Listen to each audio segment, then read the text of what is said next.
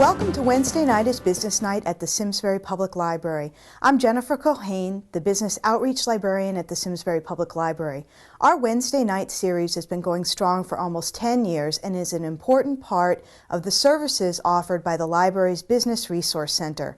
Our programs are free of charge, open to the public, and meant to provide current educational information for job seekers, people looking to start businesses, existing businesses, investors, and even those looking for college and career preparation.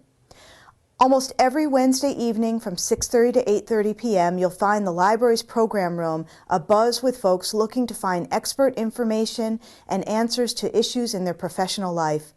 The programs feature local business experts and covers startup basics like legal issues or how to select accounting software, to more complex and current topics like how to use social media to promote your business. We're grateful to the Simsbury Community Television volunteers who tape these presentations so you can access some of the valuable information our live audience was able to obtain. Sit back, relax, and enjoy. Physically, where does the mail enter, right? Where does the mail come in? Now, in a home, you guys want to avoid having all the mail end up on the kitchen table or the dining room table. And in order to do that, you need to think about what door does the mail come in? And right there, right at that door, you need to try to create a mail drop. So you want to catch it before it comes in and gets to the counter. If you're designing a home in the future, make sure you design a mail drop into your house. And you want to have an in-box or an in-basket for each person. And I brought some pictures. So this is cubbies with an in-basket, an example of a mail drop where you might have an in-basket for each person. If you have room near the door, if you have shelves, or you can put baskets on shelves. But if you don't have room for shelves and baskets or something like this, you at least have a wall, and you could put wall pockets up, right? So worst case scenario, you have no floor space, you can't put shelves in, you can't put baskets in, but you can put wall pockets up, one for each person. This is an example of a wall pocket. Some people say, what is a wall pocket, right? You can pass these on.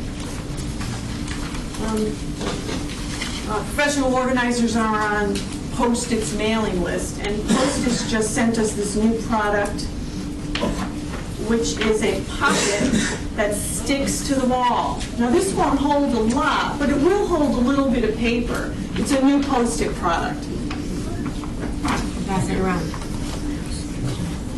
So the most important thing with capturing your mail, so you avoid the mail piles, is just try to put a drop somewhere near where the mail enters the house. And we're not just talking about mail, we're also talking about maybe children's school papers that they bring home. You could put 3 little baskets down low if you have 3 children. Put one for each child. So this is before you get a chance to address it, so that it's just not on your table.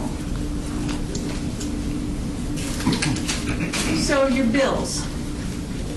You don't necessarily want your bills to end up in a big pile, because that can create a lot of financial problems. And for your bills, we can set up a tickler file. So you might have heard about tickler files, which some people use dated file folders, which are 1 through 31, right? But another way you can set up a bill tickler file, which is simpler, is something like this. So in a basket,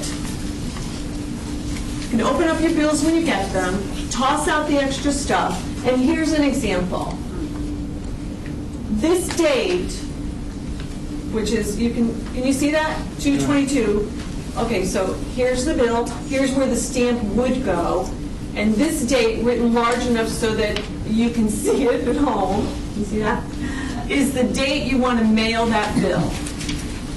So this is a system that's worked with a few of my clients. They think it's simple, And then in the back, here's 222, there's 227, so that if you leave this basket someplace where you walk by it or you can see it frequently, then you're going to know, oh, 222, that's the next time I have to mail a bill.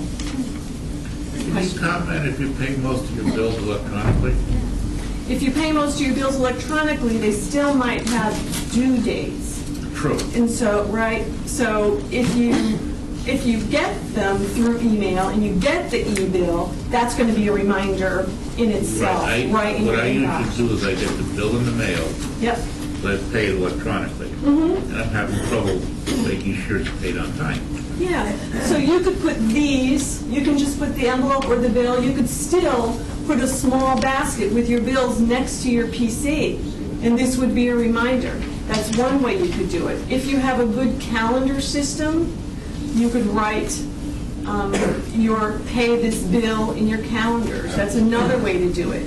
If you have a calendar system that your life is in, that you feel this is my life and you rely on it and it works for you, you can write everything in your calendar.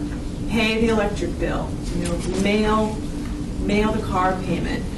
This is just one physical way to create a tickler file.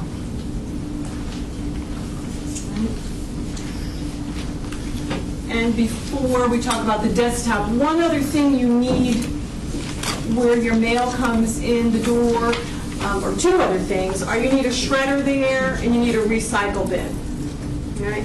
So if you can catch that junk mail, put it in the recycle bin, and shred things right away, that's another barrier to having that paper come further into your home where you don't want to see the mess. All right, the desktop. The most important thing for your desktop is that you have a traffic flow, right? You need an inbox. I'm really surprised when I see desks without inboxes, but it's common. A lot of people just have piles all over their desk. They say, I know where everything is. But the inbox serves a couple of purposes. One, if you work with other people, they need to know where should I put things when you're not here. They don't want to put things somewhere on your desk. They don't want to put things on your chair. They need to know where shall I put something that you're going to know where it is. It's going to be a safe place. So an inbox is for other people that you work with. The other purpose of the inbox is for things that you haven't addressed. It's not a to-do pile, right? It's not a to-do pile. So reserve your inbox for things that you haven't addressed yet, things I haven't looked at, right? It's not your to-do list. You also need on your desk an elevated vertical file, and this is going to be for active and pending projects. This is a simple little thing. This is the kind you need that is elevated, not the flat kind. I'll pass this around. And the reason why this is important that it's elevated is because when you put your file folders in, you can see all the labels, even the ones behind. Don't get the kind like this, that go like this, sideways, because you can't read your file folders when they're this way. Like this, and elevated. These things are inexpensive, they're all over the place. Elevated vertical files. And when I say active and pending projects, well, here's an example. So here's the inbox. Some people like an outbox as well, but an inbox for things you haven't addressed yet. That's a black one. It's hard to see in this folder, in this photo, and an outbox. But here's an elevated vertical file on the desk, and this is your to-do pile. These are your active projects. Because you don't want to file your active projects, that's why you have piles all over the desk, right? Because most of you are outies. You want to have your stuff out. You certainly don't want to file it because you're afraid you lose it. You have a lot to do. So you make piles, right? And these are the answers to turning those piles into files or a safe place where you're going to know what you have to do. You can have many of these on your desk or in your office. Since in a typical vertical and visible file system, it appears that there are 3 or 4 or 5 levels. Would one label these levels in any certain way? Yeah, he's asking about labels. Labels, and I'll talk a little bit more about labels later, but labels is a very personal thing, right? Because you might have, if you just have a few active projects, so suppose you have a total of 10, you could use one vertical file holder and you could prioritize them. The hot stuff in the front, the lower priority stuff in the back. If you have many active projects, you might have one holder for work, one holder for home, one holder for school. So you might have multiple vertical file holders for the different parts of your life. You also might prioritize differently. When I was working with a principal who used to be a math teacher, I said, how do you think about priorities, right? Because I think about priorities high, medium, and low. That's just me, but that's not right, you know? I said, how do you think about priorities? He said, well, I said, you know, red, yellow, green, high, medium, or low, A, B, C, 1, 2, 3. He said, numbers. He used to be a math teacher, right?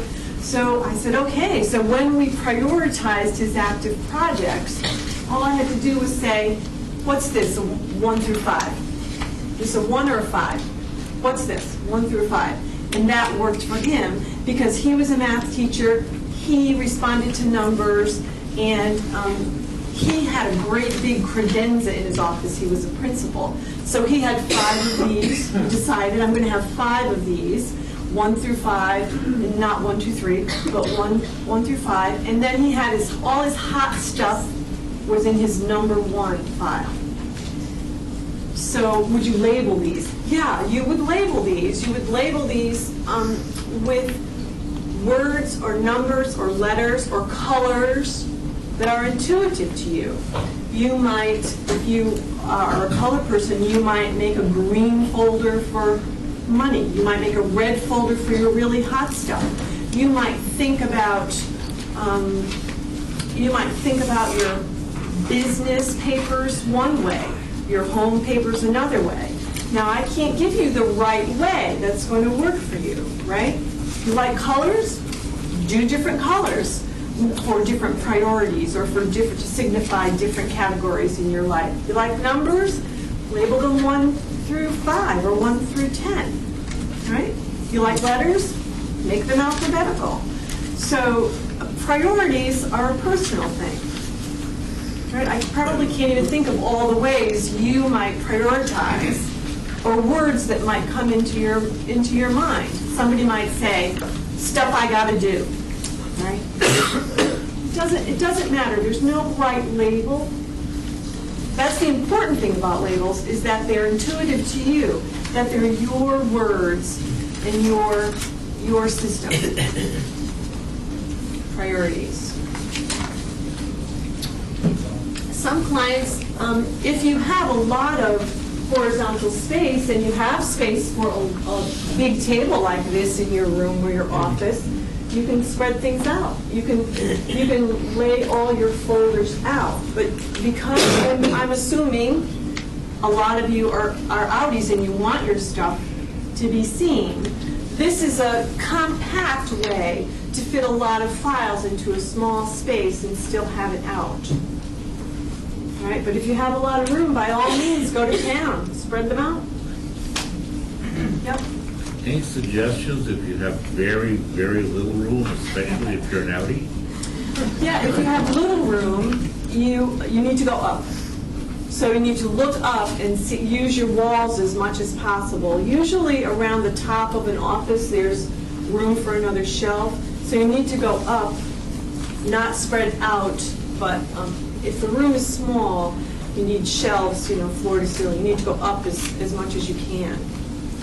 All right, but this is a pretty compact way to fit a lot of files in. And yeah, you would label them. You would label them so that you can see what's going on there and be reminded of what you have to do. Linda, Yeah. hi, I'm not trying to be a pain. but Hi. In our house, we literally don't have wall space, so we can't go up because it's mostly predominantly windows. So where there isn't windows, there's furniture against the wall. So where there isn't windows, there's furniture against the wall, and is there room underneath the windows? For those kind of shelves? Windows, mostly below the floor. Yeah, so I don't know, I would have to see the space, but if you have a big open room, you might create shelving or an island somewhere in the middle of the room. You don't just need to use the walls, but think about how can you divide that space or create something like an island or, a storage island somewhere else in the room. Come out, make an L, make a counter. It's more like as a design, right, storage design. So what are active projects? I told you your inbox is not for your active projects, right? Which sometimes that's what people do. When it comes to the inbox, is that things that, quote, belong to the whole household or the whole office? It's not clear what is, I get an intimation of what you're saying, but what is stuff that mail comes in, or I brought this home, I want someone to see it, then you put a name on it, or do you put a topic on the top so that people know why they're looking at it? I don't When know. we were talking about mail, I said one inbox for each person, right? So when we're talking about mail and paper that's just coming into the house, right, that you haven't addressed yet, a place to catch it before it moves into the dining room table or the kitchen. I talked about one catch-all for each person. For each. Because that would be ideal. Now that's stuff that hasn't really been addressed yet. Well, what about the mutual items? Well, what about the mutual items? You could have another one, ours, yours, mine, ours, right? But an inbox, this inbox, I'm specifically talking about on top of your desk or his desk or her desk, right? Or your child's desk. So I'm talking about a desk, even if it's both, even if you share the desk. I'm talking about the stuff that's coming in. If you both share the desk, you might have a two-layered inbox and say, his, hers, right? An inbox for his on the desk. So this inbox, I'm talking about a desktop inbox. If you have a small business, usually it's just your desk. But if two people are using that desk, you could have, instead of in and out, you could have John and Mary, or three tiers. So you could have an inbox. It's for things that you have decided go to the desk that need you've addressed the mail, the magazines went somewhere else, right? Coupons. Either to be acted on or determined where to file. Yeah, now these things you decided need to go to the desk, not on the kitchen table, but to the desk and to the inbox, ideally. So what are active projects, right? They're not staying in the inbox, but you don't want to file them away. So there are things you don't want to file because you need to do something with them, whether it's pending, waiting on someone else. So they're either things that you need to take action with. I have to do this. I have to do this today. I have to do this tomorrow. I have to do this next week. Or they're things that could be pending. So a lot of times when you're in an office situation, you can't file it away, but you're waiting for someone else. So it's really important to have a pending folder. And in that vertical file is the perfect place for a pending folder. Or your words might not be pending. Your words might be waiting for someone else, right? Or follow up on this in a week. So whatever words you like, But if you're waiting for someone else, if something's pending or coming up in the future, you can have a folder for that. So an active project is just something you don't want to file because you have to take action on it sooner or later. Or it's an ongoing project. Maybe it's a writing project. Maybe it's a project for work. Maybe it's a volunteer project. Right? Or it also can be paper you touch a lot. Right? Paper that, very inconvenient to put this away because I'm always putting something in this folder. Stuff for my accountant. Right? Paper for my accountant, for my taxes. Okay? Here's some examples of active folders that could go on your desk in that vertical file. Current receipts, 2010 receipts. I like to keep mine. I'm certainly not going to go open a file drawer every time I want to put a 2010 business receipt in there, which is every day, right? Almost every day when I come home. So I keep my 2010 receipt folder right on my desk. So every time I go to my PC and I bring my little receipts there, I log them in almost every day, and then I put them in that folder. So save for the accountant, you might call that. I call it 2010 receipts. You might call it tax for taxes, right? And where are you holding these receipts before you put them in your computer? Before I put them in my computer? Well, the first thing they do, they go in my inbox first, right? So I go upstairs. If I don't have time, if I'm not going to log on and log them into my spreadsheet right away, they go in my inbox before they go in my 2010 receipts. But you might do it the reverse. So you might have a folder that says receipts to enter, right? Because if you're lucky enough to have an admin, right, or virtual assistant or an assistant, you might have a folder instead of your inbox. I don't have an assistant, but instead of your inbox, you might have a folder that says receipts to enter. Right? That would be a to-do project. You might have a writing project, like I said, contacts to enter. A lot of you, I see a lot of you at networking events. We're collecting business cards every day, right? And I don't know what you guys do with those business cards when you get them home, right? So, business cards. It's another thing that you could either take up to your desk and put in your inbox, or you could have a folder that says, contacts to enter, or business cards to enter, right? Or leads to follow up on. Whatever words work for you. So you can create a folder for those business cards because they're a to-do. But my advice to you, if you are in the business and you collect those cards, is to try to put, if you're going to bring home 3 or 4 a day, to try to put in 3 or 4 a day into your contact management system. You know what I mean when I say contact management system? No? So contact management system can be, it can be purchased software where you can keep track of all your contacts and their information, or it can be as simple as an Excel spreadsheet or a Word table.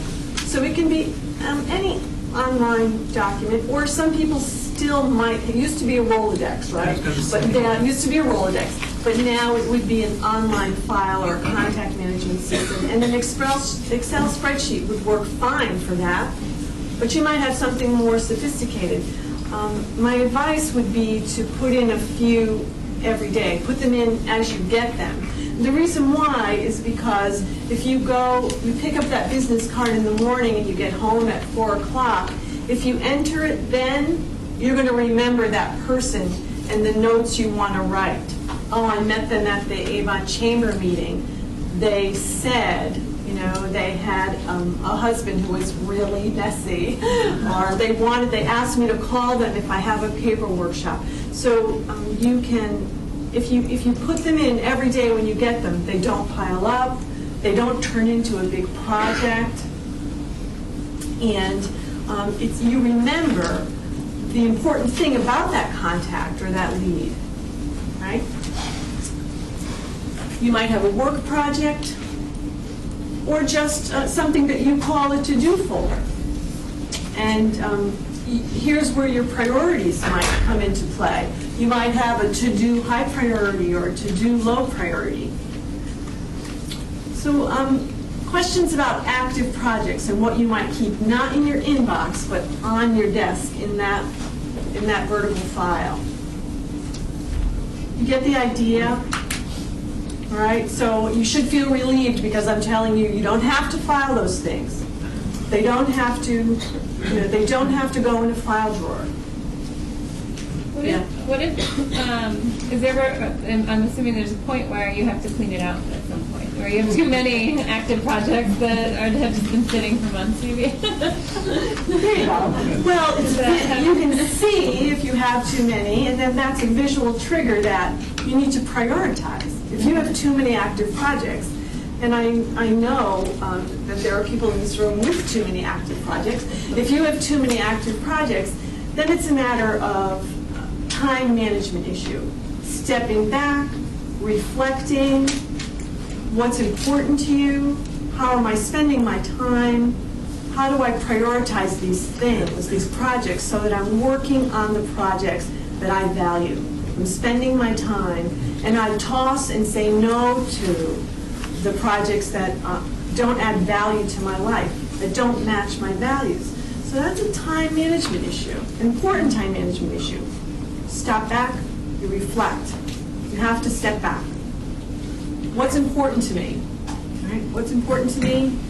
How am I spending my time? Do they match?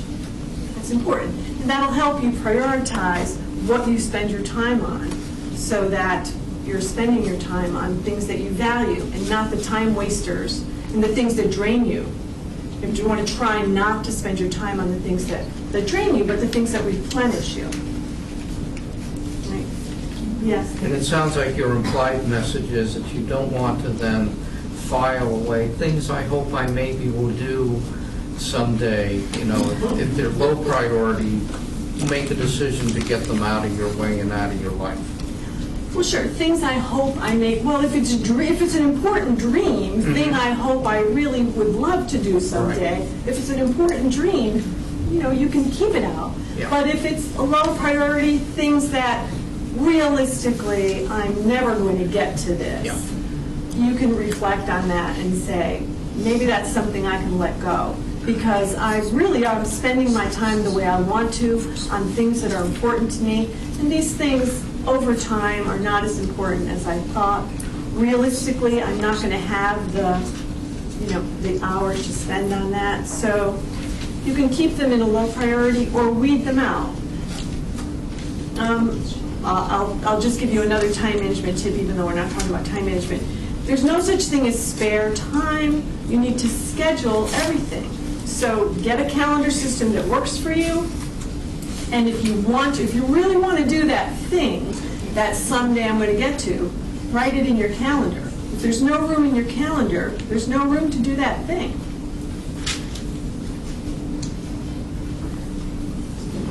On your desktop. The thing that is okay to be on your desktop are the things that you're going to do today.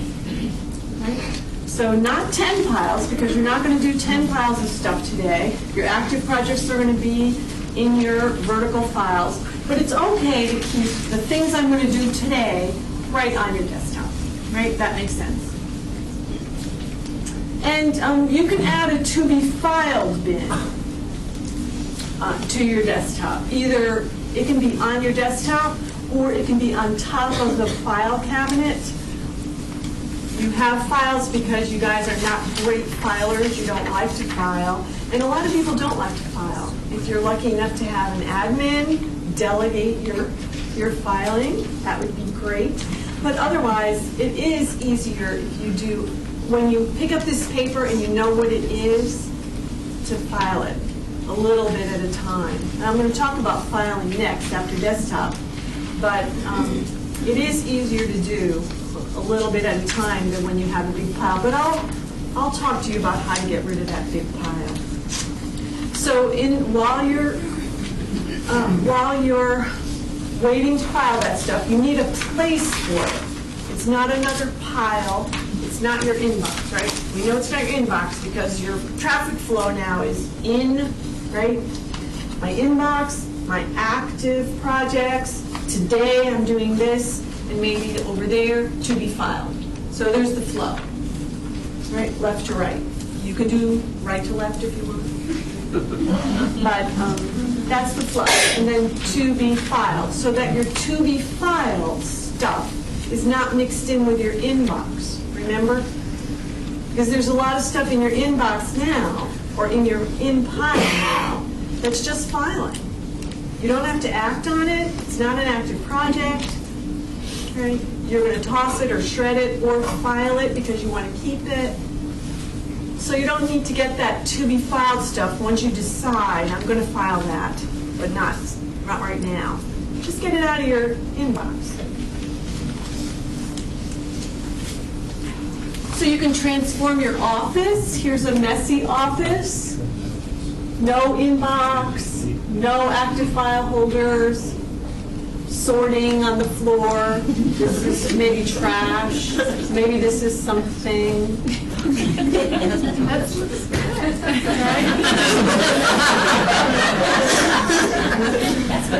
This is why That's great. Some people think this is a big improvement. It's a lot more space than I have. More space. Right. My wife has that. Right. And then the papers have been given a home. That's all. The papers have just been given a home. So inbox would be here, active projects, here, things to do. Well, this file cabinet was painted to match the other one. Makes a big difference. Spray paint, right? $3 can of spray paint. Makes a difference. Big difference, huh? And then things were actually filed. But the big difference here is the inbox and active projects. Right? Okay.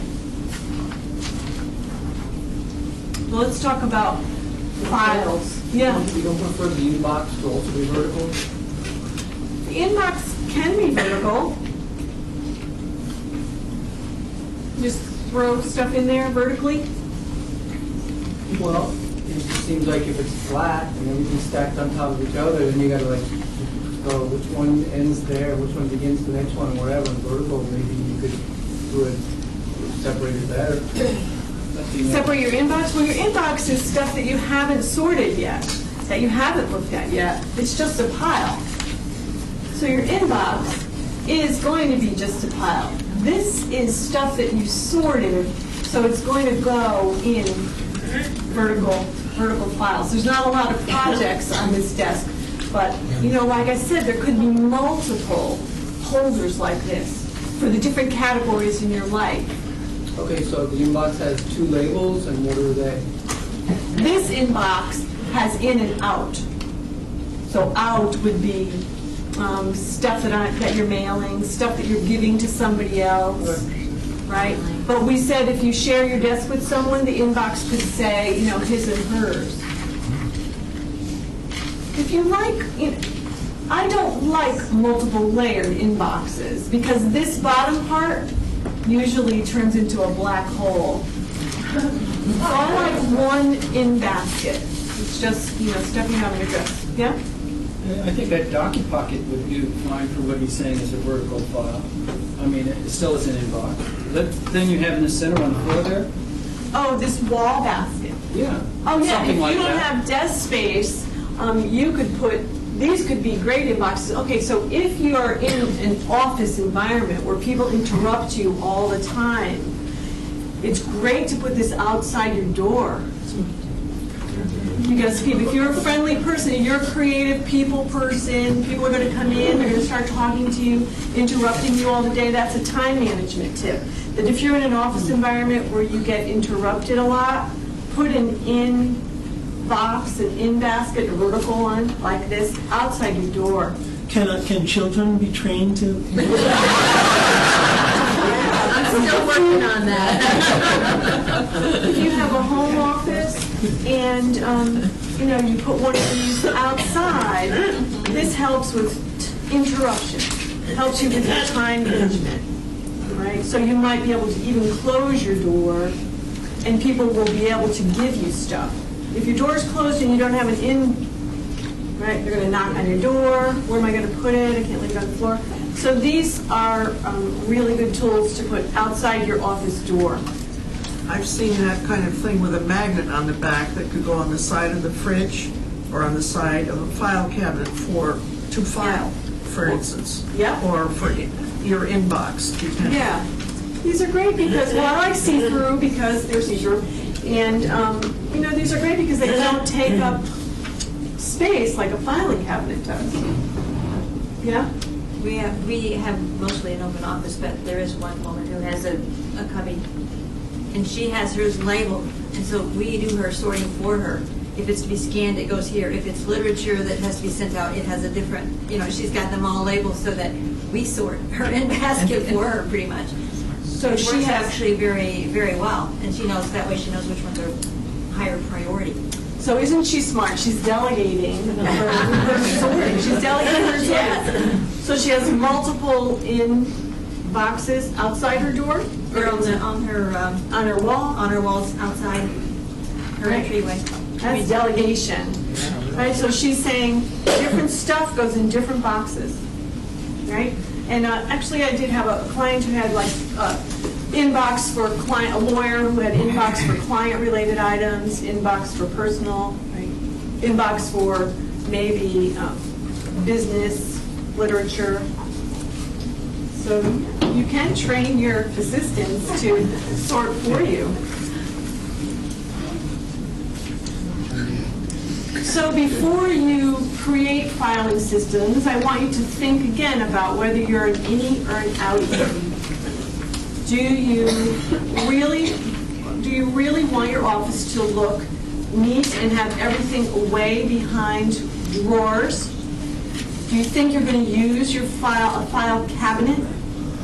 Think you'll use that? Are you an innie? Will that make you happy?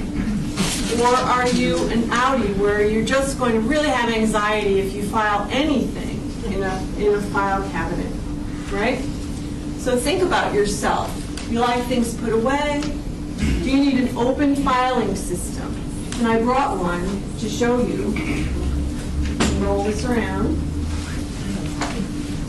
There's this in person. And these are great little things because this one in particular can be used for legal size or letter size by moving the bar. So you can have it all legal, all letter. If you like colors, you can use different color folders for different topics.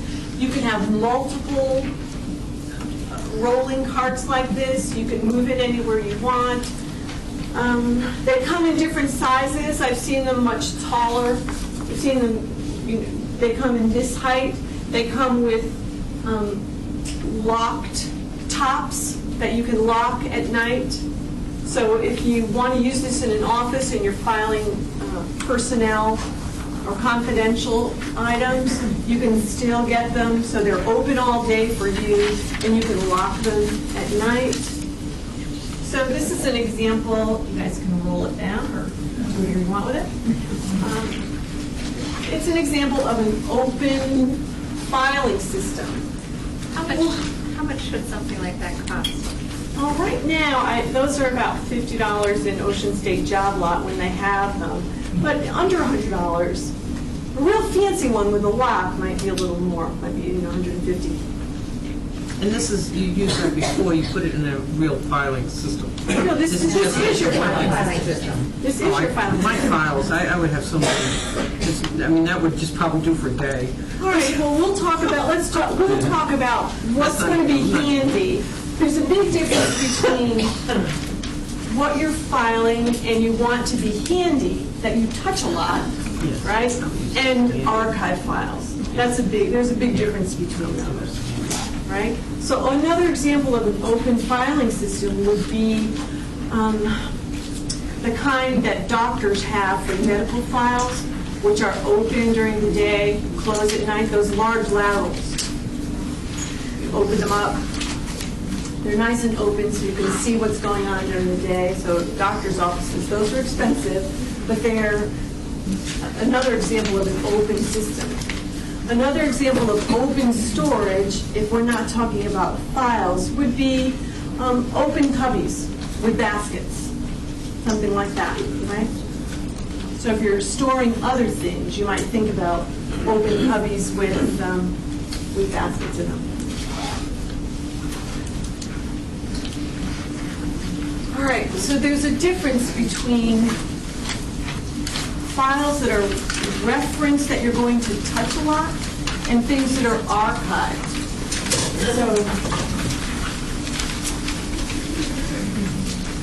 So reference by reference, I mean, you want to have it handy. You really think, I can't put this far away because I use it frequently, several times a week. And it's a reference item for you, so you want to be able to touch it. It goes in prime real estate if it's something that you touch a lot, right? It's just functional. If you're going to use something a lot, you want it near. It's just like having an activity zone in your workshop. This is where all my woodworking supplies are. Everything handy. So things that you're going to touch a lot during the course of your work, you want to have handy.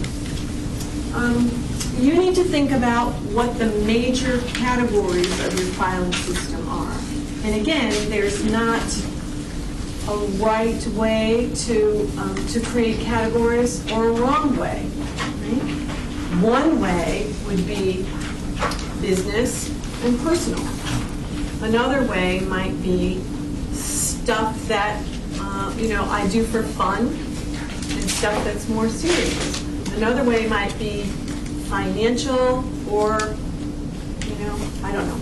So every one of you would think of different major categories.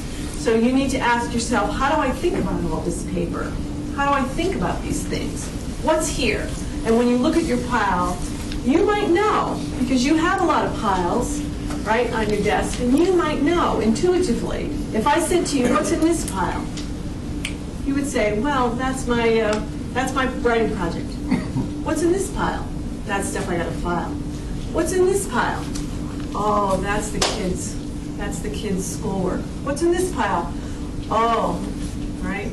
Those are things I have to do. I'm just never going to get. I just want to keep those. So you might have a gut feel for how you've sorted those piles. Maybe not, but you might have a gut feel. So it starts to tell you what are the categories in your life, right? What are your hobbies? I was going to say, you really know how to define them if someone says, well, let's throw it out then. And all of a sudden, no, I need it's for this. No, I need that. So, how do you avoid over-organizing? Because, like with my files, I have a file and then I have subcategories. And then I put things away and then I can't remember where I put them. You can't remember where you put them. All right. And that is a question of labels. Right? It's on one of the next slides. But I'll talk about labels now, since you asked. You can't remember where you put things. I mean, it's, I'll make a list, and then I have lists of lists, and then it just gets out of hand. All right, so you start at the top. You start with what are the major categories in my life, and try to separate into major categories, which some people have a hard time with that. That's what you want to do. You want to try to start at the top, not with 1,000 little categories. You want to try to say, what are the major chunks? Chunk it, big chunks. Like my business, travel, my hobby, personal, medical. Try to think of some big chunks. But the labels that you should put on your files are labels that are intuitive to you, and this is what I mean by that. A month from now, when you are going to look for this thing, what word is going to come into your mind 2 months from now? That's what you have to ask yourself before you write the label. Not, oh, what is the right label for this? But a month or two from now, when I need to find this, what word is going to come into my mind? That's the right label. Right? It's not my list of labels. It's not your husband's or your wife's list of labels. My husband, we share tools. Well, we don't share tools anymore. But we have tools. We have tools in the house, and he has a beautiful tool cabinet that he inherited from his grandfather with all those little drawers. And Is there's he a woodworker? Well, yeah, well, among other things. Yeah. And it has labels, and there's stuff in here, like tape, glue, hammer, right? And I want them alphabetized. Not gonna happen. Not gonna happen. I had to get my own tools. I had to get my own toolbox. I had to get my own tools and hide them because he stores them by frequency of use. Makes sense for him. We can't share that filing system. Right? I had to get my own tools. So you have to divide and conquer sometime. Yeah. Sometimes at work, we put a picture of the thing on the outside, or even a sample of the thing. You just tape it to the wherever it is. Yeah, So really good it's- idea, especially for children. I've seen that in a rental house, which could sleep up to 24 people, so you can imagine the kitchen. And they had a photo inside each of the cupboards for all the kitchenware. Yeah. But whether it's for kids or for whatever else your A weakness is. photo or the actual item, like they do at Home Depot, you can see the screw. Right? You can see This is where the screws are. This is where you can see the actual picture of the thing. So photos would work. If you guys like photos, you could put photos. Women do that. They take photos of the shoes and put them on the outside of their shoebox. So photos would work, but an important thing to remember with label is not because people say to me, what should I label this folder? I don't know what you should label that folder. A month from now, when you're looking for this thing, what word is going to come to your mind? Because I don't use the same words that you do. I'm wrestling with that myself. And she says she has a topic, then all the sub things. And for instance, family. And then I have family this and family that and family the other thing. And then I figured that maybe use that as a category and then subsets within it. So I'm not looking for trips with a family trips. No, they'll all be under trips. But within that family that I will have subsets that I think of. But again, you have to discipline yourself to an organization, and if it helps to make a list of what you just did. Some people do have an index, a table of contents for their files. Right? Some people have a table of contents. You can have too many. If you're trying to do a quick sort, you could say family. And then your second level sort is after you've got everything sorted and family is your big chunk, then go back and you could subset if you have time. You can have too many. So if you start at the top and work your way down gradually, that could help. Refine it. Right. I would definitely keep business and personal separate, though. Yep. Isn't it true that most of us keep too much stuff? About 80% of what's in our files is really not necessary, and maybe we should keep a date to get rid of whatever this archive material is, that most of it's going to be unnecessary anyway. 80%. Right, so the difference between your files are reference or archive. So you're talking about archive. Yes. Right? If you're not using it a lot, you're not touching it a lot, those are archive files. And archive files can go far away. Don't put them in prime real estate. Don't put them in your desk. Don't put them in prime real estate. They can go in another room. They can go far away. If you're just saving them for archiving, they don't need to be in prime real estate. They can go in copy paper boxes with labels, and you could put, if they're financial papers, things like that, you could put a destroy date on them. Now, a rule of thumb, and you need to check with your accountant, is to keep 7 years. So current year, 6 years back. So right now, you can throw out 2003 and before. Not deeds, right, to your house, not important legal papers, but just things that supported, you just kept, they supported your tax documents. 7 years is a good rule of thumb. But 2003 and before, IRS forever. Tax returns forever. the actual return forever. Yes. The actual return, not the The support return. that. Yeah, not the receipts, just the return. Not the receipts, just the return. Pretty much. Well, Jen, yeah? How are we doing for time? let's try. All right, so, and your archive can go, they can go in boxes, you know, like copy paper boxes, and label them destroyed 2004, destroyed in, you know, in this year, destroyed in that year.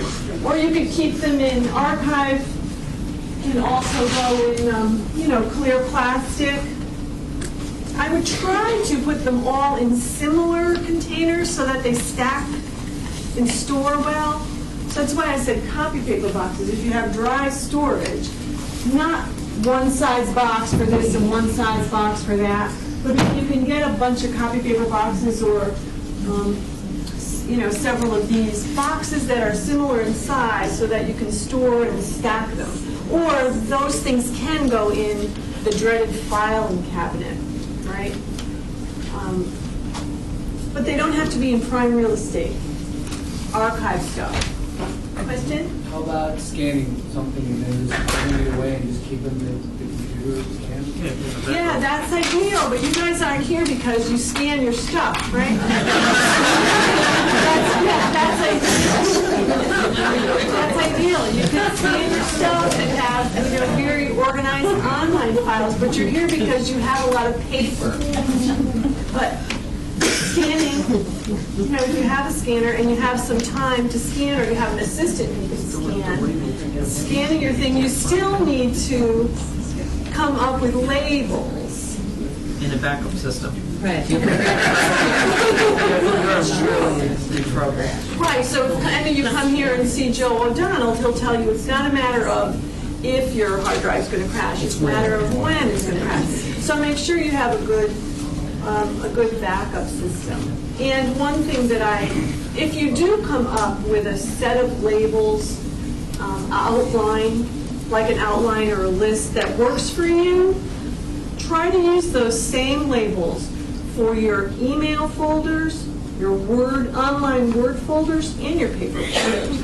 So if you spend the time to come up with a labeling system, try to keep consistent with your paper and your online labels. Yeah. One other question about children's artwork. Any recommendations for archiving the precious? Photograph and throw it out. Children's artwork. Children's artwork. What do you do with that? And Oh, really? one approach is to have one plastic storage. One approach is to have one plastic storage bin for each child, and when it gets full. Now, sometimes it's the parents that can't part with this stuff, but the kids usually, sometimes the kids can. So when it gets full, you can say to your child, "This is full. What things do you think we can throw out, and what things should we keep?" And some children will say they're not as attached to it. And some children will say, "Oh, we can let that go. We can let that go because I can draw better now, and that's when I was a baby." But sometimes the parents can't part of it. Yeah, You know? so cute, those Right. So try to fit it into. Give yourself, define a reasonable amount of space. All right. And some people would say, did you say take a picture of it? You could take a picture of the artwork and make a scrapbook. But that's another piece of paper. No, my niece did this great picture of my husband and I. Yeah. She's 15 now, but I printed it on 11 by 17 and laminated it, and well, actually now it's the mat that the cats always go on. It's mat. I used to back this up because it was such a funny. Right. And we use it and laminate it. If you really love something, frame it. If you really love it, honor it and frame it. that I have 2 pieces of artwork from my daughter framed, and one is in my kitchen, and she was 5, and it says, "My mother, she is not a good cook." Did you see it, Jen? But she knows where the flower is. My mother, she is not a good cook. She is very beautiful. I love her very much. And it's just the most precious thing. So it's in my kitchen. But yeah, if you really love something and it's very precious to you, then really frame it. Keep it out. That's a gem. It really is. It really is. So we talked about labels. What word will come to your mind when you're looking for it? That's the right label. Don't let anybody sell you a list of labels. This is the filing system. These are the labels, the right labels to use. No. Keep 7 years. So right now you can toss 2003 and older. All right. How do you turn those piles into files? Right? We're going to talk about Just on that keeping, the retention, is there a place that you can go to that list, like for taxes, for receipts, for that, for different things, the number of years, for things? Well, I would try to get that from your accountant. Jen? Is there a place that you can go to get retention? Retention, like what really you need to do for taxes, for... Look on Oprah.com. Oprah.com. Does a whole thing of what you should get rid of. Thank you. Oprah? Okay. She's saying you can find that on Oprah. Your accountant should I'm be sure able to there's lots give of that to places, you. but that's one place. Your accountant should be able to Probably give that Clark to you as Howard has well. that too. Just to get Clark Howard on that. All right? Yeah. Recommendations on what to keep, probably Martha Stewart has that too. For business, you use 8 years, like 7 years. 7 years plus your tax year. Ask your accountant. Jen? That's what I was going to say. Besides Oprah and Martha, there's also like the IRS.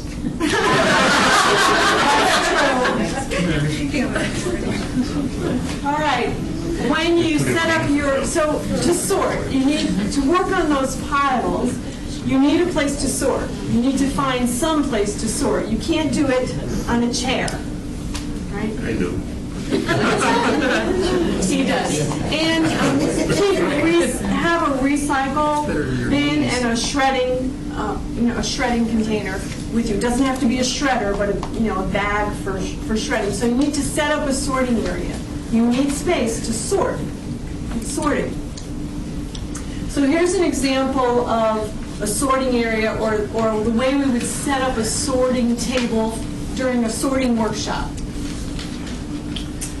And a big folding table is nice, ideal. So in is on the left, and this would be your pile, stuff. It can be a small pile, a big pile, but over on the left, this would be stuff that's coming in. Those would be your piles. And you would start sorting by, you would have one side of your table be for active, to-do stuff.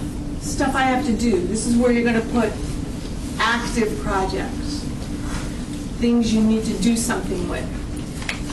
The other side of the table is for things you're going to file, right? And then there's out, things that are going to someone else, right? And here on the bottom, I don't know if you can see, there's a shredding and a recycle bag.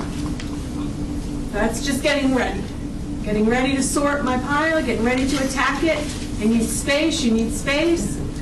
All right? Half the table's going to be where you put your active projects, half the table's where you're going to put your filing. You need a little place for out, stuff that you're going to hand to somebody else. And the process. You are going to take one paper at a time, and you have to decide. You have to make a decision, because clutter is postponed decisions. I don't know what I'm doing with this stuff. In this pile. You have to make a decision. If you really get stuck on a piece of paper, put it in a separate pile, right? But you're trying to make fast decisions about things. If you get really hung up on an item, try to just let that item go, but try hard to decide on each piece of paper, because then you're done with it. The decision, right, about where on the table is it going to go. And the categories will be created as you go. Remember I said there's no right labels. The categories are what pops into your head. So when we're doing this with someone, you pick up a piece of paper and I'd say, what's this? I'm not telling you what it is. I'm not saying, oh, this is your financial thing, you better file it with your taxes. Oh, this is medical. It's what's this? You tell me what word it is, right? Those are your categories. And you start labeling them. Now this, again, this is the active to-do side of the table. Active to-do. The in pile was over here. And you can start creating large categories. These categories are business versus personal. Stuff to do related to the business, stuff to do related to personal. If you can do this any way you want. If you don't want to write on the piece of paper, you can use lots of stickies. Here's a show that's coming up March 1st. Have to do something with it, have to do some publicity. If you don't want to, if you're okay writing on the piece of paper, write on it what it is. Here's a contact. Here's information about a laptop. Here's a lunch receipt. So write on it large enough so that you can see, so that you do not have to pick up the piece of paper again and study it again, right? So because otherwise you're going to have, if you don't label these, you're going to have to pick up that piece of paper again and say, what's this? So either put a sticky on it or write on it, large enough so you can see. And this is not the filing, remember? This is the active to-do side. Business stuff, if there were personal things to do, right, RSVP, whatever, they could go in another category. Your categories might be different. Well, they would be different for sure. Right? Your categories would be whatever your big chunks are. However you think about the things you have to do.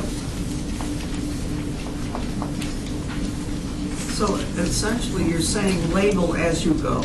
Label as you go. Not just create categories as you go, but also label each paper in one way or another. Yeah, those are your labels. Categories are the chunks, how you're going to chunk them, and those labels will end up being the labels. What I'm saying, but the paper itself should have a label on it in case it gets skewed or it's the flow. You can, so this is one way to do it. You can, if you want to, right at this point, create a folder for each one, because you're going to create folders for them anyway. You can sort them this way. You need to label them. If you want, you can create a folder for each one at this time.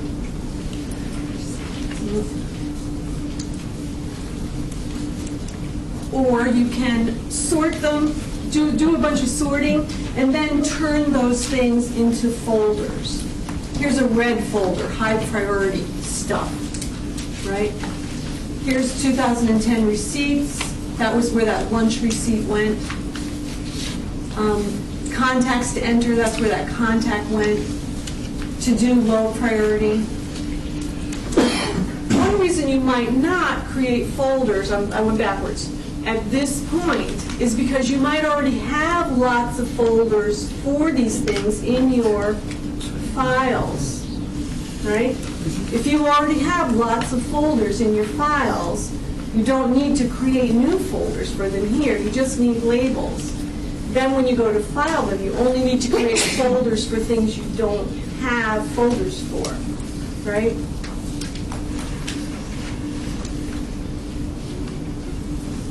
These folders already existed, so this was just a quick sort. Then they went into folders. Or you create folders for the labels that you don't have folders for. These things now, because they're active projects, go in your desktop vertical file. This is the active side, not the filing side. Right? So these are your active projects. They don't go in a file cabinet. These end up on your desk, not in your inbox now, because we just kind of sorted your inbox. They go in your active vertical files. Here's the other side of the desk, which is you don't really have to do anything with it, except it can be filed. You're not going to toss it, you're not going to shred it. Now, your categories might be different. They might be filing for business, filing for personal. Right? You might have another category. You might have, these might be for you, keep near, keep close, archive, right? So think about how you want to sort your filing. But in the short term, here, these are sorted by business and personal. 2009 receipts, article ideas, keep that kind of handy. Time management, can't read that one. So article about, time management. Personal,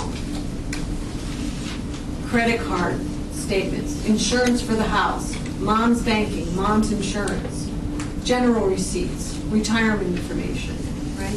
So you can put stickies on these, or you could write on them, but you're sorting. You're not, filing yet. You're not taking every piece of paper and figuring out where to put it in your filing system. And then out is something here you want to give to Maureen. You want to give, the out is for stuff for somebody else.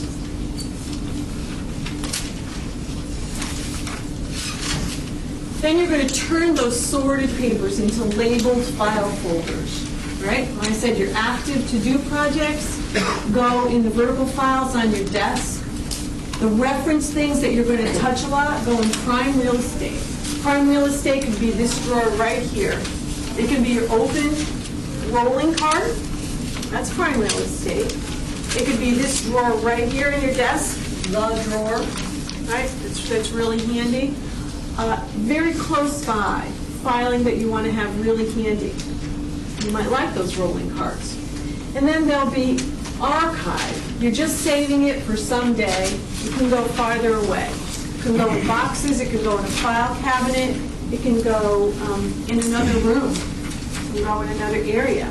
And your folders, depending on who you are and what you like, they don't have to be just manila folders. If you think you would be stimulated to file by using pretty folders or colored folders, get folders in the colors you like. Now, they come in all pretty colors now. Now, some people like these clear plastic envelopes because they can see, they can see what's in them. Some people like these. Instead of file folders, then they get tons of these, then file these. You could write on them with a Sharpie. I found pocket files at Staples with project right on the top, printed on the front. Pockets. But they're pocket files, but you can write on the tab, and then there's a whole list of what you put inside it. If you get that far and order it that way by date or whatever. Yeah, make sure if you do get pockets with sides, that they fit, they're going to fit in the container that you're going to put them in. If you're going to use these, or if you're going to use a rolling cart or a file drawer, make sure those pockets are going to fit in the container you have targeted for them. And archiving is just saving for someday. All right.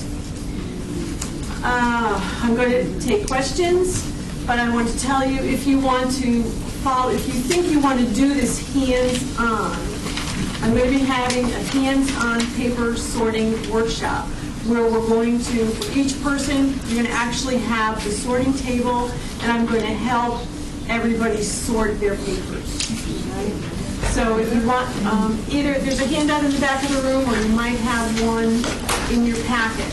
So if you want to do this with a buddy, we can do this together. Linda's going to take questions. I'm going to take questions. Some of you didn't get evaluation sheets, and we'd love it if you let us know other topics you're interested in. I ran out, so if you did get an evaluation sheet and would be willing to fill one out, just leave it in the back of the room. Thank you. And I know some people have to head out. I just want to make sure we take a minute to thank Linda.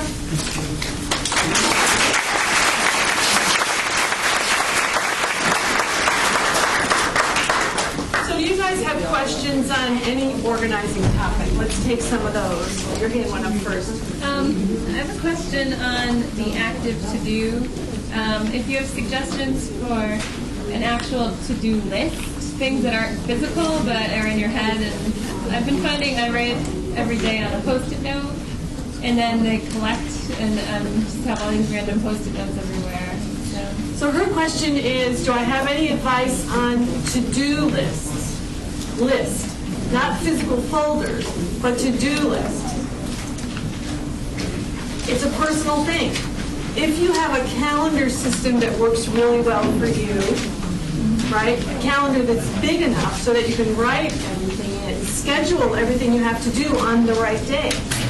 So that, but say I have an hour of time to devote to it, there's not enough space to write everything I need to do. So that's why I take a bigger piece of paper. Yeah, maybe your calendar isn't big enough. You might try a larger calendar, a calendar book with a section that has a pad in it, a calendar booklet with a section that has lots of blank paper, so that in your calendar you can write what you have to do, but you can have sections for your projects, like a notebook, that have everything that's related to it. I use a really big 8.5 by 11 calendar. It works for me. I don't like my background is IT. I was 20 years an IT manager, but my eyes aren't good enough anymore to read the font on the palm, on the PDR on PDA without getting aggravated. I like to write big on kinetic, so I'm okay with it. I have and there's a lot of space in there. There's pockets in there for things I need to carry around. There's room for a pad. There's sections for different projects. There's a section for contacts. There's a section when I'm with a client. There's a section for resources, donation resources. So to-do list. If you have a big enough calendar, that might work for you. I have a client who's a musician, and she loves 3x5 cards. And I think she likes them because they look like little staffs, little music staffs. And she uses these for her to-do list, 3x5 cards. And every day she sorts them and prioritizes them and plucks the ones she wants, and it works for her. She loves her 3x5 cards. She keeps an elastic around them. They even have nice little 3x5 card holders, like coupon envelopes, coupon books. So whatever works for you. If you like gadgets, some people keep everything on their electronic devices. Yeah, question? Linda, I've talked a little bit about business cards. And I know we all get business cards. I'm in the travel business, and sometimes I'll go to a show and I get 100 business cards. Mm-hmm. And I don't have time to put them in my database, nor would I want to put all of them. So as a result, I end up with drawers full of business cards. And the other day I put them all in a big box, and I'm not even sure what to do with them now. But how do you handle, or how do you suggest that people handle in business cards? Do you have an online system or a system where you capture the things that you want, your contacts that you want to follow up with? What do you do? We have a database. You have a database. Our active suppliers and customers. So I think the clue in your sentence is that I wouldn't even want to put these in my database. I would throw them out. But if it's someone you may want to... Yeah, you don't think you could find them again? Someone you may want to someday? I would, if you either put it, make it, so that's a decision. I have some that I use. All right, remember when we said decide? Remember when we said decide on this piece of paper? So I would say either decide on the card. Either put it in because you want to keep it or throw it out. now you have a box of cards that you can't find anything in that box because there's so many cards. So decide, this is a contact I want in my database, or throw it out. And once you put it in the database, throw the card out. There are devices that will scan business cards. And That's parse true. them and put them into. That's true. But if there are Put a people date on you... or place where you meant the person to. If you think, oh, I wouldn't even want to put these, not for 100. I would, you can throw them out. You can throw out business cards. I enter mine and throw them out. I know where I bought a binder at Staples, and they have plastic sheets that have 3 columns with the cards, and it's a really thin binder, and I have it organized by possible, maybe, or just reference, and it takes up that much room, but it's worth having them. I've used it. So her words for her cards, her categories, her chunks were possible, maybe, what's the other one? Reference, one was reference, one was possible. Right, so she made a decision, right? I'm going to keep these, was her first decision, and she sorted them into, so your database, it sounds like you're using for hot, active contacts, my vendors, right, my hot leads. So you might sort them. Even if you don't put them in those little slots, you might sort them into, they have beautiful, Cargo makes beautiful card holders that would hold 1,000 business cards, and they're very pretty. They have labels in the front. I wish I brought a picture of those. And they're very handsome. You might have different boxes for, for maybe, possible lead. I don't think you're ever going to get to them. Question? And also, I often do make notes on the back of them now, so I know where I met the person and why or whatever. But their date and year, so that if you do go through the box, it's 5 years old, you've never, it might be good. She puts notes on the back of her card, and those are the kind of notes that if you do key the contact into your system, you could just put a note into your system. Another question? I last went to the seminar in Farmington last month. I started implementing and bought the vertical folder. You bought a vertical folder? Yeah, so I didn't know how it was organized. I didn't paper before I went to the seminar. So I tried to tackle home and work, and I realized that one thing, I was going to sleep through the time management part, because I forgot you had to manage it also. So it looked really good at the beginning until I managed it. Someone had told me to take everything out, like all the boxes out. I mean, take all the papers and, then take one day and then sort them and so forth. So kind of how to start, how to attack it. No, but you had shown me how to attack it, but it was like overwhelming. So then I was looking for work, so I have more papers, work papers, so I stopped and started doing a little bit at a time, but she got overwhelmed with all her papers. She thought she had an idea, home versus work. Then she got overwhelmed because there was too much of it. So start with your most current stuff. Don't start with the stuff that's 10 years old. Start with your most current stuff. Because that's going to be, that's the important stuff too, right? Because those are the leads you have to follow up on, the bills you have to pay. So start with a pile that's your most current stuff.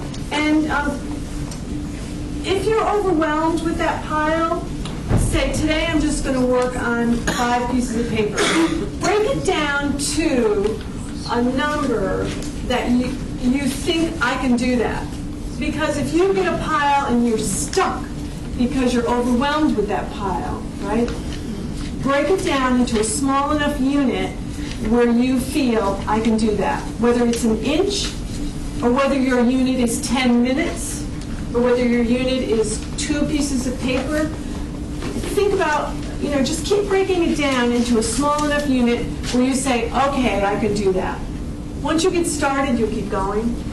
But you can set a timer. A lot of people like to set a timer. They say, I'm going to set a timer. How are we doing for time, by the way? We're fine. We're fine. Any questions? I just want to make an observation. Years ago, when we had 5 daughters and they were young, we had the same question of what to do with the school things and letters and so forth. They sent home from camp or wherever they were going. And they traveled as they got older in high school. But after they were all married, as they got married, I kept all these things, and I just picked them up as I see them around the house. I just take them up to my room. I did an 11 by 17 envelope for each of them. And I just take and tuck it in an envelope. There wasn't any master plan here. It was just an envelope, throw it in there. And I never realized the importance of all of that until after they were married. And one Christmas, I put them all in. I said, I'm going to get. They took up a whole dresser drawer of mine, and I said, well, I'm going to give them to the kids and see what they think. You know? So I put them all in Christmas wrapping and so forth for Christmas, and they all got home for once in a while. And I gave them out, and all of them were absolutely stunned by it. That was the things that they had given and the letters they had written and so forth. It's a wonderful present if you think of it soon enough to pass on to your children. And you didn't save drawers and drawers and boxes of it. You saved one dresser drawer, one 11 by 14 envelope for each child, and then gave them to them when they were adults. It had lots of stuff in it, and I think it had almost everything in it, because it's amazing how much will fit in one of these large-size envelopes. So define a space that you think is reasonable for each child, and try to stick to that space. One more observation. My wife and I operate a business together. I take all the inquiries that come in and numerically, numbers are put in a file folder immediately. She can't stand doing that. She puts them all in a file folder without any numbers on it, because there's chaos, in my opinion. She finds everything. But, we have to operate these two different systems, so there are lots of things to do. And the biggest problem is making sure you can try and coordinate with the people around you to keep this thing going. Yeah, you have to be patient with the people that you work with and understand that their style is going to be different from yours. You can't force a person into your style, and you have to be tolerant of their style.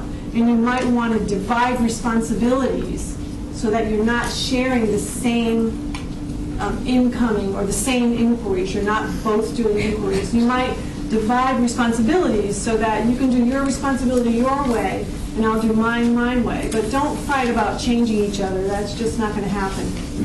And do innies and outies usually marry each other? Innies and outies kind of usually do marry each other. Yeah, because they balance each other out. I mean, they balance each other out. And I just usually say try to divide your space. Hi. How do we, people like us who are not that great at organizing our paper, how do we change our habits so that we maintain it? Once we organize it, how do we maintain it? Because I clean my desk over and over and it keeps getting messy. Yeah.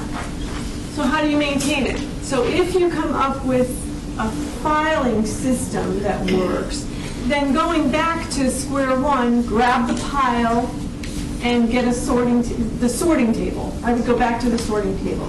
So if your desk keeps getting messy, do you have an inbox? Too many inboxes. Too many inboxes. So I guess you might, I know that you have a lot of things to do, right? Too many things to do, so you're not having the time to do it. That's a time management issue. How do you force yourself to spend the time? That's sort of the question. You can block off the time in your calendar. No such thing as spare time. It's just not going to happen magically. You can, if you're a person who likes routine, you can say, set a timer every morning for 15 minutes. I'm going to start by organizing. You can schedule a half a day a week just to be organized. But if that's important to you, you need to prioritize it and schedule it. Even if it's just 15 minutes a day, that might work better than a half a day if you think that's more realistic. And then the process would be going back to the sorting process, starting with a pile and sorting it. But a little bit a day, maybe 10, 15 minutes a day might work better than trying to find a half a day chunk. Other questions? We're good? Thank you. I hope you've gotten some tips that you can really use. Good luck with your paper.